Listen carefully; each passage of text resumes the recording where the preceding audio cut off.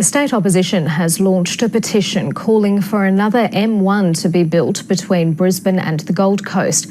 But in a bizarre twist, the LNP has refused to commit to funding the project if it wins government at the next election. The government's rolled into Maryborough with a full tank of promises for local jobs. Labor's hoping to secure a multi-billion-dollar contract to have defence vehicles built in Central Queensland. Queensland are hooked up with Rheinmetall. We want these vehicles built in Queensland. But the day's political battle was further south. We all know what it's like on a Friday afternoon when the M1 is chock-a-block, choked up with traffic and you want to get home. For the opposition, one isn't enough. They want an M2.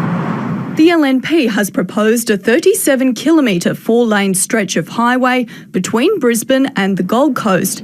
They claim it would cost $500 million and have launched a petition to pressure the government into funding it. What we want to do is make sure that the government knows that the people here in the Gold Coast won't put up with the lack of planning, with the lack of action. But the LNP wouldn't even promise its financial backing if it wins the election.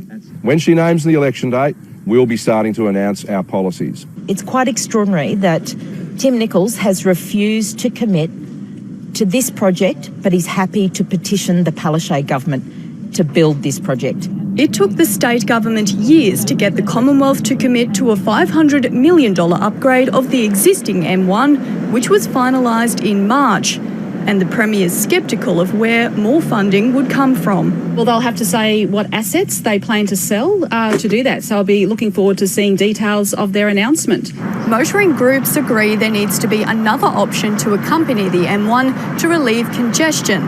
But given neither side of politics will commit to the project, it's unlikely there'll be a green light anytime soon. Ashley Stevenson, ABC News, Brisbane.